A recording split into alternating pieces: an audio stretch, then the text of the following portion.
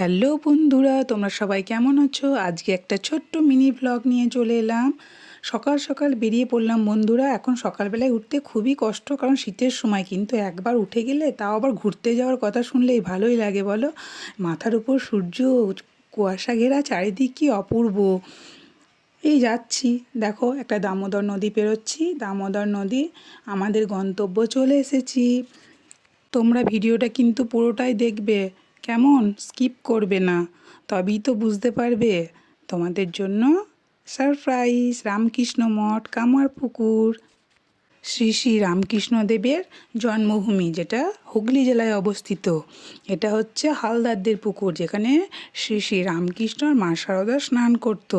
এখানে একটা খুব সুন্দর বসার জায়গা আছে। আর রামকৃষ্ণ মঠের ভিতরে ফোন নিয়ে যাওয়া বারণ। সেই জন্য আমি বাইরে যত মন্দির আছে তোমাদের সাথে সেই মন্দিরগুলো দেখাবো। এটা হচ্ছে রামকৃষ্ণদেবের স্মৃতি বিজড়িত কালী মন্দির, শিব মন্দির, তুলসী মঞ্চ, রাস মন্দির, দুর্গা মন্দির। এখানে উৎসব পালন হয়, রাস উৎসব। দুর্গা মন্দিরটা হচ্ছে লাহাবাবুদের দুর্গা মন্দির। আর এটা হচ্ছে পাঠশালা, যেখানে রামকৃষ্ণদেব পড়াশোনা করতেন। আর মা শারদার কিছু পুরনো দিনের ছবি আছে। এবার তোমাদের প্রশ্ন জাগতেই পারে, লাহাবাবুটা কে? লাহাবাবু হচ্ছে রামকৃষ্ণদেবের পিতা ক্ষুদিরাম চট্টোপাধ্যায়ের বন্ধু।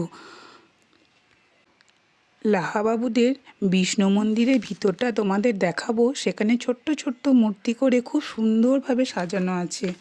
দেড়ে গ্রাম হইতে ক্ষুদিরাম চট্টোপাধ্যায়, কামারপুকুর আগমন, যোগাবতার শ্রী শ্রী রামকৃষ্ণের আবির্ভাব, লাহাবাবুদের পান্থশালায় গদাধরের সাধু সেবা, গদাধরের বিবাহ, রাসলীলা, উৎসব, যাত্রাগান, পালাগান সারা বছরই লেগে থাকতো।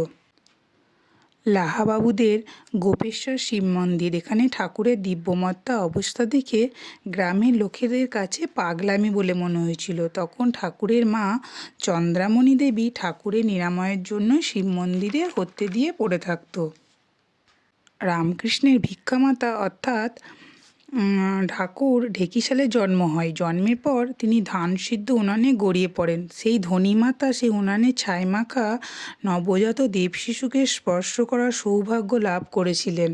যশোদা মা যেমন শ্রীকৃষ্ণকে লালন পালন করেছিলেন, সেই রকমই ধনীমাতা ও বালক গদাধরকেও লালন পালন করেছিলেন।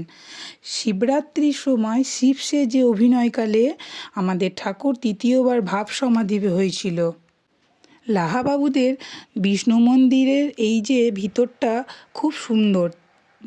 রামকৃষ্ণদেবের যে ছোট ছোট মূর্তি, তার সাথে রামকৃষ্ণদেবের বাবা ক্ষুদিরাম চট্টোপাধ্যায়, লাহাবাবুদের পান্থশালা, রাসলীলা সবই তুলে ধরা হয়েছে এর মধ্যে। গদাধরের বিবাহ। তোমাদের এটা কেমন লাগলো আমাকে একটু কমেন্টের মাধ্যমে জানাবে, তাহলে ছোট ছোট ব্লগের মাধ্যমে তোমাদের সাথে শেয়ার করব। তোমরা এখানে আসতেই পারো, একবার ঘুরে যেতেই পারো। খুব সুন্দর জায়গা। ভিতরে ফোন নিয়ে যাওয়া বারণ ভিডিও করার জন্য। ভিতরের পরিবেশটাও খুব শান্ত। গদাধরের হাতে লাগানো আম গাছ, যেখানে ঠাকুর থাকতেন, ঠাকুরের গৃহদেবতা, ভিতরে সব মন্দির, তোমরা একবার ঘুরে আসতেই পারো। তার সাথেই দেখো কামারপুকুর, এখানে ঠাকুর সাঁতারও কাটতেন। কামারপুকুর নামটাও হয়েছে, কামারদের জন্য পুকুর কাটা হয়েছিল, সেই থেকেই জায়গার নাম হয়েছিল কামারপুকুর। এখন দেখো পিছনে ওইদিকে কত বাড়ি হয়ে গেছে, আগে নাকি পুকুরটা খুব বড় ছিল। এটাও একটা কালী মন্দির, মহানন্দ লাহার কালী মন্দির। এখানেই ধনীমাতার একটা মন্দির তৈরি করা হয়েছিল, যেহেতু শ্রীরামকৃষ্ণের ভিক্ষা মা, তার জন্য। আর এটা একটা দয়াল সতীপীর। বাইরের যে মন্দিরগুলো ঘুরলাম সেইগুলোই তোমাদের দেখালাম। শ্রী রামকৃষ্ণ ঠাকুর সাদা বোঁদে খেতে ভালোবাসতেন, সেই জন্য কামারপুকুরে বিখ্যাত হচ্ছে সাদা বোঁদে। এই জায়গাটা দেখাচ্ছি, এটা হচ্ছে যেখানে শিব সেজে রামকৃষ্ণ সমাধিস্থ হয়েছিল তৃতীয়বারের জন্য। তোমাদের ভিডিওটা কেমন লাগলো জানিও। টাটা।